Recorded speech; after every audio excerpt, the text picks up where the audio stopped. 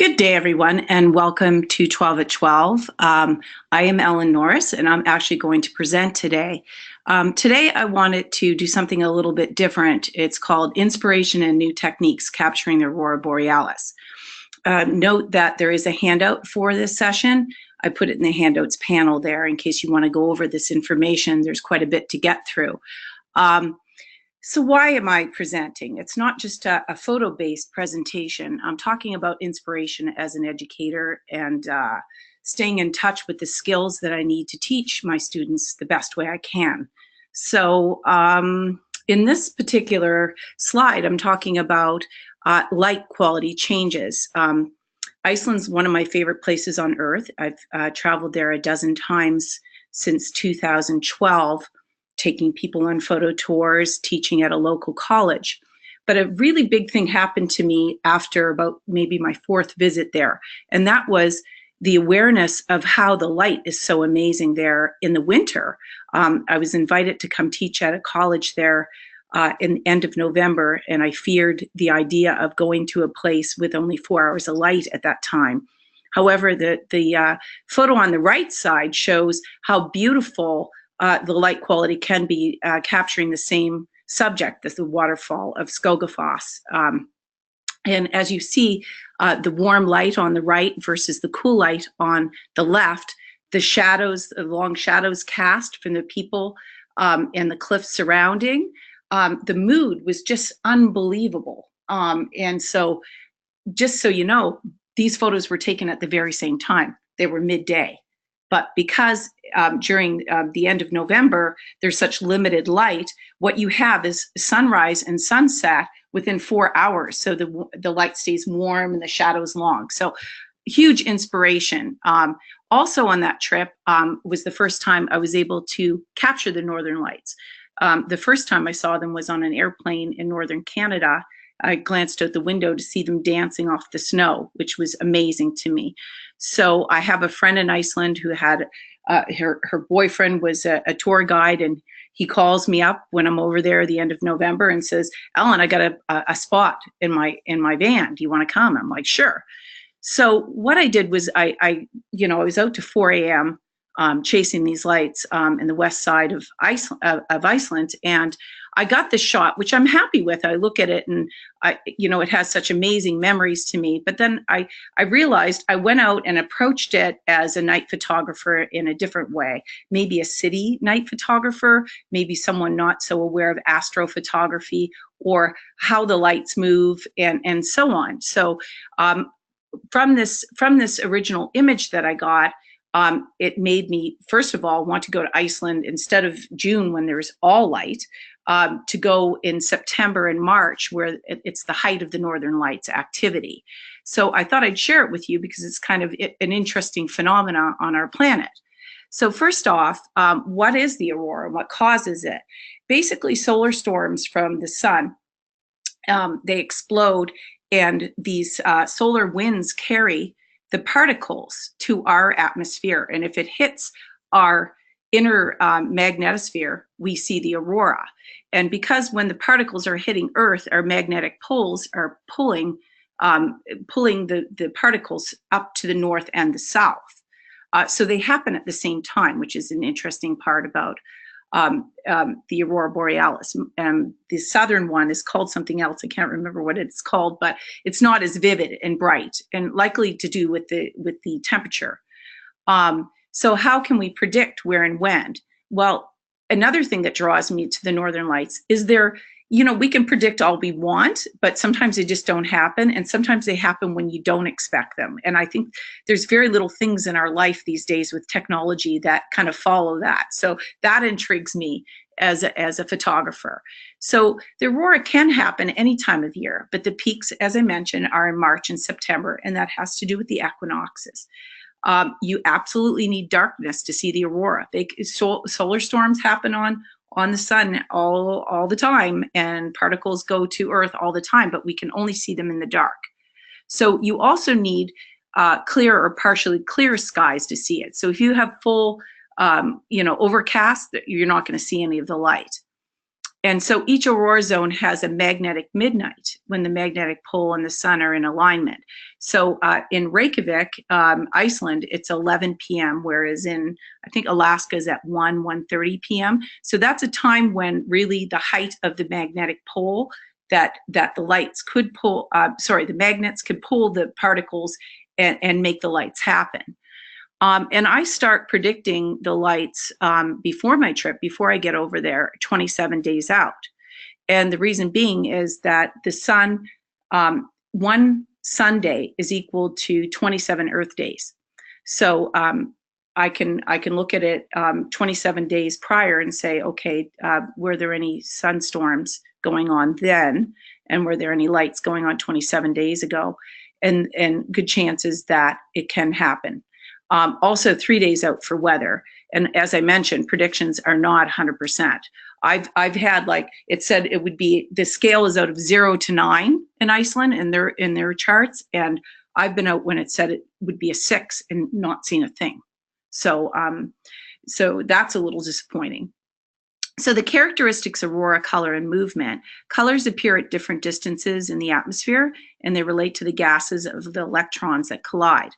Colors appear more vivid, captured by the camera sensor. So I look at it like tungsten lighting. You know, you take a picture indoors and it looks like kind of orange-yellow cast. The same thing with the lights.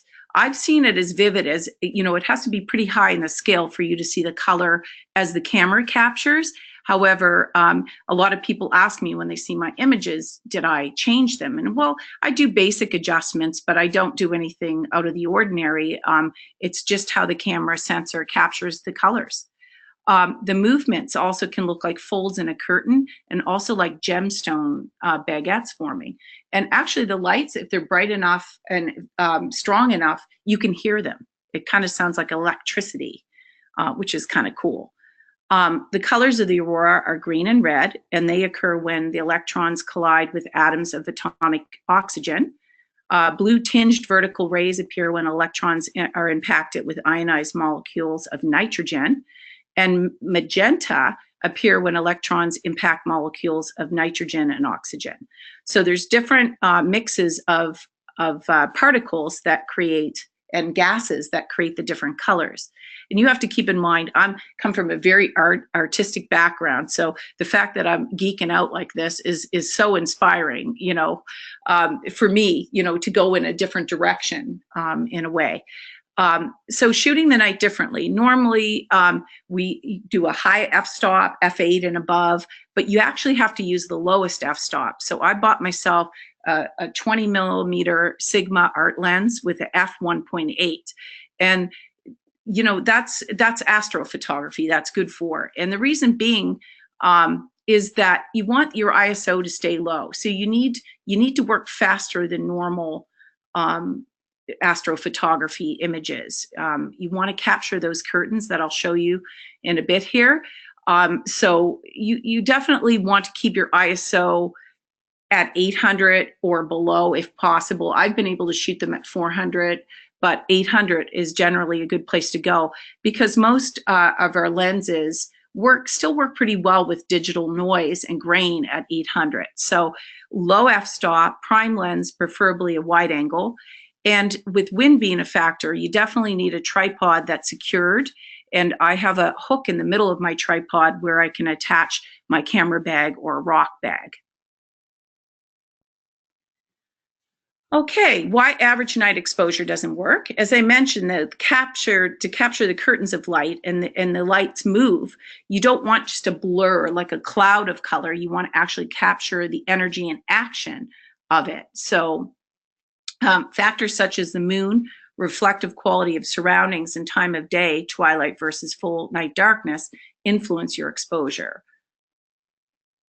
There's also something called the 500 rule that I learned through my initial experience. And that is that you divide your focal length of your lens by 500, and that will give you the amount of seconds, the maximum amount of seconds you have to keep those stars from moving in your frame. So for example, if you have like a 24 millimeter focal length, 500 divided by 24 equals 20 seconds. So you have to get your shots within 20 seconds. But I found the best exposures with my Aurora are between like 2 and 8, depending on how fast they're moving and how vivid they're moving. So you kind of have to even keep it down a little bit. And just to show you that original shoot that I did of the lights, if you look in the center of the frame, it looks like the eye of the universe, ripples of the universe are in there. When I got home, I looked at my pictures and some of them had these circles and I'm like, what is this? And then with a lot of more research, I found out they're called airy discs, and they're caused by vibration of light radiation between your lens glass and the filter, causing something called airy discs. So, okay, the first thing you have to think about is take off that UV filter when you're capturing the lights.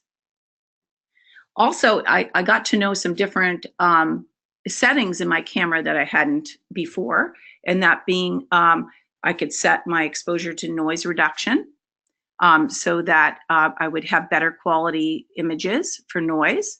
I also learned that locking my mirror is a good idea too, because you want to cut down on any vibration possible.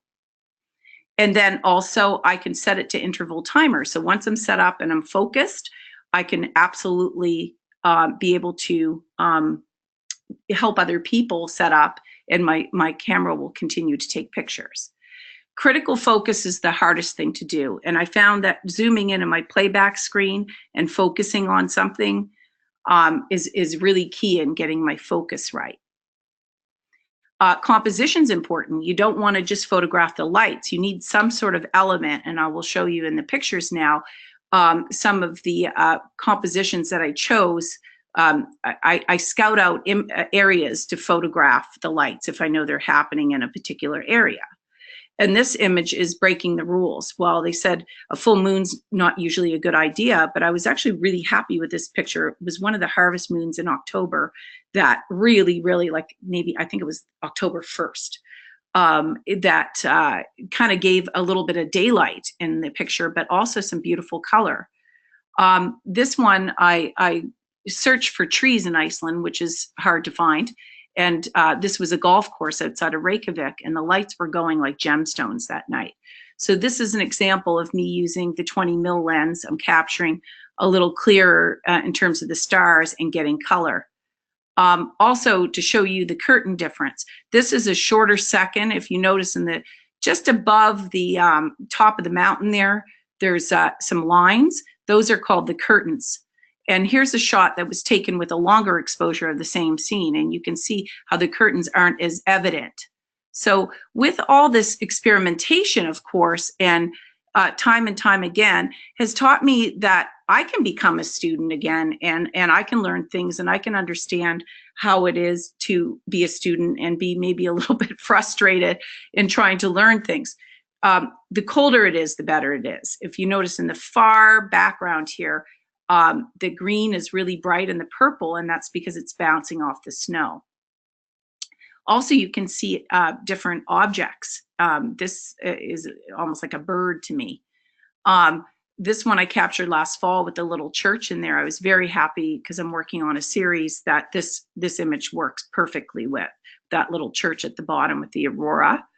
And this is my latest capture from last month. I was happy to get some red. So if you look in the lower right hand, you'll see some, along with the pink and green, there's some red in there and a little red in this one as well. So the sites to check out Aurora activity are here for you to link on if you want to download the PDF. And I wanted to acknowledge references. Patrick Andre's How to Photograph the Northern Lights is an amazing book to read. I would highly recommend. And if you're interested in visiting my Aurora Borealis gallery, go to ellynism.com and take a look. And thank you for joining me today. This was a quick session, but I hope a little bit of inspiration as student becoming the teacher again, in inspiration and also getting me up to date on techniques that are important for me to know as a photo educator. Have a great day.